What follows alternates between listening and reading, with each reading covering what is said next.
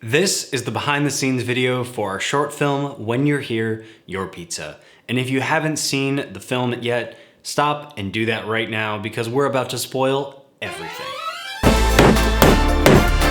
And action. I always do! The most important element of a project is how you prepare for it. But first you need an idea, and for this project, we had absolutely no idea. Nothing quite gets me to work like a good deadline, and in this case, we had a weekend to shoot and no project planned. Not a script, not an idea, not nothing. We just knew that we needed a movie to launch with. Eventually the idea came to me and I wrote the whole script in a day. Everyone seemed to like it. There were obviously some touch-ups and changes that had to be made, but hey, we had a movie to make. This movie had lots of custom props, so we were able to get our favorite production designer, Ren Edson, on right away. In this movie, the pizza restaurants themselves are characters, so it was up to the production designer to bring those characters to life in the form of the menus and the root beer bottle and all those different things, and she did a great job. We also had to figure out how to chop a door down with a pizza cutter. In the end, we realized that actually the best way to go about this was just to chop down a door with a pizza cutter. So we managed to find some cheap doors, cut them down to size to fit the doorway, and just hacked them down for real. Now, believe it or not, pizza cutters are not made for chopping down doors, so we ended up breaking every single one that we had. Luckily, we were able to just reset them and keep going. Lane did the costumes on this one, and she designed this really awesome pizza delivery outfit for Lily, complete with buttons and pepperonis and everything. It was great. The idea for Lily is that she was from almost another universe, a pizza utopia. So when Lane had the nuts idea to be like, hey, let's put pepperonis all over her uniform, make it really cheesy, is that too much? I said, no, cheesy's great, let's do it. So with the actors prepped, costumes and props ready, and a shot list in hand, we jumped into the first day of production. Now, as it goes on most first days of productions, we were running severely behind. I think it was around 8:30 when we got our first shot off, and we'd planned to roll at about 5:30, so we were about 3 hours behind. But that's just how first days of production go. Things usually start rolling pretty slow, and then as you go, you start picking up the speed. Or right over there, or Yeah, whatever. I mean, I get I have like 8 of those B7Cs with me too. That would be sick for So we can throw that in for all the... River was played by Lionel Lee. We've worked with Lionel several times, and we really enjoy working with him. Lionel also came to the table with a lot of his own ideas for the character, which is always fantastic as a director because sometimes, believe it or not, we don't have all the ideas. Lily was played by new neighbor co-founder, Rihanna Madsen. The best part for me about making movies is the fact that I'm making them with my friends, and Rihanna is one of my best friends, so it's always easy working with her. She fully understands my stupid ideas, and she knows how to bring her own twist on them, and working with her is always really easy, so we're just gonna keep doing that, I think. Now, Rihanna wasn't on screen the first day, and so she ended up jumping in as my first AC. It was her first time doing it, and she totally crushed it. Nice job, Rihanna. What you doing, Rihanna? I'm practicing focus, because I'm gonna be focusing. A lot of the nature of making movies at a low to no budget level is the fact that everyone has to wear a lot of hats. Everyone might have to move a light or bring a different idea to the table in a department that they might not, but that whole thing kind of keeps the summer camp vibe of, you know, making movies with your friends and everyone's ideas being welcome. And you know what? That's the best part about making movies, because making movies isn't just one person. It's everyone on set, whether they just brought the granola bars or whether they're directing the movie. So that's what makes it so good, dang it. It's a collaborative medium. We chose to approach this film visually as a modern noir film, so the lighting and any camera movement was heavily inspired by the genre. Don't look now, but there's actually a black and white version of the film tucked away in a vault for when the occasion might arise. I got your pizza!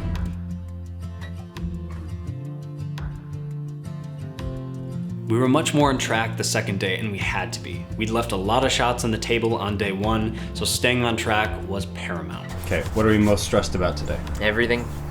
I'm most stressed about everything. But that's normal.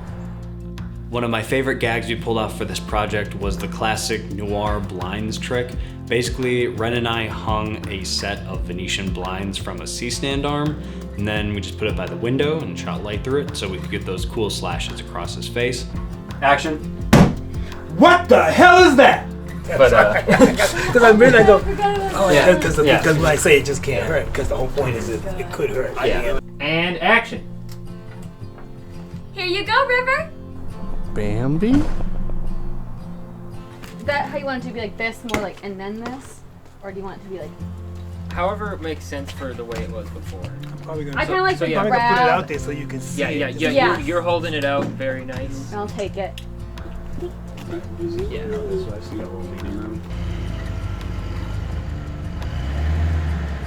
Close your eyes. No. No. One side is really sauced up. And then over here, Dan's car ran out of battery, so we need to jump it. So lots of activity going on for 1 in the morning. 8 xylocarp, take 1 mark.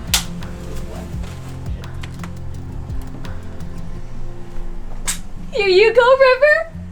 We wrapped around 4 in the morning, which was 4 hours later than we expected, but we did have a lot of shots to make up, and it was totally worth it. So now it's a week later.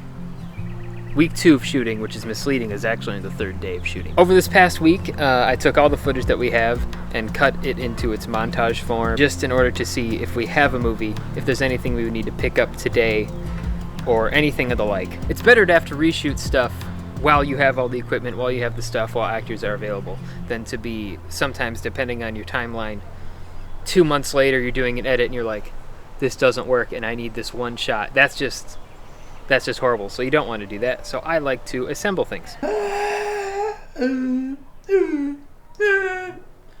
gonna be good. I'm pretty sure. We'll be okay. Then came the most intense acting portion of the entire film. Lily screaming at River through the door. Now we had pre-warned all of the neighbors, hey, this is gonna be going on. We'd called the police ahead of time and let them know, hey, someone's gonna be screaming repeatedly through a door. So everyone in the neighborhood was aware. I had a playlist that I made of either like very fun music or very like metal and hard music. So I was in the car either like screaming or singing on those songs and just like drove around and did that. Also drinking coffee and then running around. I feel like I need to like work out or run around and then get right into it and just building up the energy, especially when I'm the only one being loud. This is a lot. Could you grab my Capri Sun, my G Fuel, and coffee? Boom, boom. Oh, I super buy it. Okay. This is Nate. This is one of our many interns. He hasn't been doing such a good job though, so we're probably gonna let him go sooner than later. It's only my 2nd day, and I've been screwing up a lot, so they're probably gonna fire me. They haven't even paid me, so I don't know. We don't pay people. I'm gonna eat as many fruit snacks as I can before I leave. And with that, that was a wrap on primary photography, but our work was far from over. We still had a deadline to hit and a lot of work to do. If you've done your job correctly in production and pre-production, post-production should be the easiest step of the process, but it rarely is. Thankfully, we didn't have that many problems on this one, and so it was a fairly smooth process. I think it was, at least. I actually didn't have too much to do with post-production. Tim took care of most of it, so I guess I'll pass it over to Tim. Honestly, I don't really remember much of the process of editing these movies. I just kind of like go into a zone and it happens, and then later I'm like, hey, that turned out pretty good. Which isn't very helpful when trying to explain what editing movies is like. One member of New Neighbor that you didn't see much of on this project was Zach. Now, Zach had a big hand in this project, but was mostly behind the camera. Zach is a great producer because he tends to just tell us how it is. And that's what you need out of somebody when you're showing them something for notes, because if they don't tell you what's wrong with it, you're never gonna improve. And a lot of people are nervous to tell other people what's wrong with it. Zach will not. Zach will send you home crying in a bag. And that's a good thing. One of the most DIY feeling parts of filmmaking, no matter what level you're at, is sound design. There's a lot to consider with sound design even when it seems obvious. Like, it's not as easy as just hitting something with a door to make the sound. You gotta consider the wood splinters flying off, the crack that it makes when it gets stuck in there a little bit, and the sound that the wood makes when it finally releases.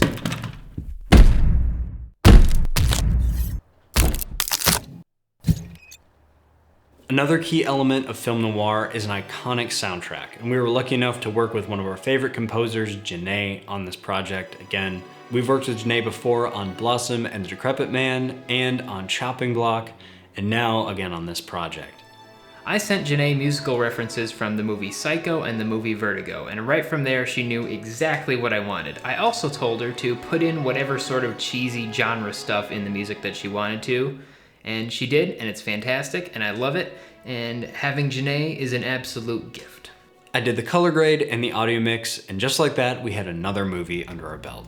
Some of the key takeaways for me on this project was just that it's really nice to be able to just have a date to do something and do it. It's really great motivation for creativity, and those limits really help your mind flourish because it's like, all right, what can we actually do in this amount of time? We really did push it on this one, but hey, it turned out. This is another project that reminded me why I got into the film industry in the first place, so that I could make movies with my friends. Thanks so much for watching. If there was a specific topic from this film that sparked your interest, or a filmmaking topic in general you'd like us to cover, let us know down in the comments. We'd love to make a video about it. And if this is your first time here, or your 100th, I just want to say welcome to the neighborhood.